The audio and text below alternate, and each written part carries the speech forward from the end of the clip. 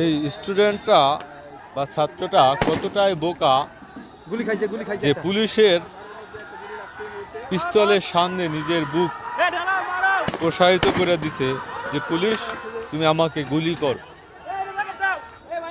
আপনার মনে কি কখনো প্রশ্ন জেগেছে যে এই ছাত্রটা কেন এমন করলো? এই ছাত্রটার হয়তো একটা বিশ্বাস ছিল, একটা বিশ্বাসের জায়গা ছিল। এই দেশে সে জন্মগ্রহণ করছে, এই দেশের প্রতি তার অধিকার আছে।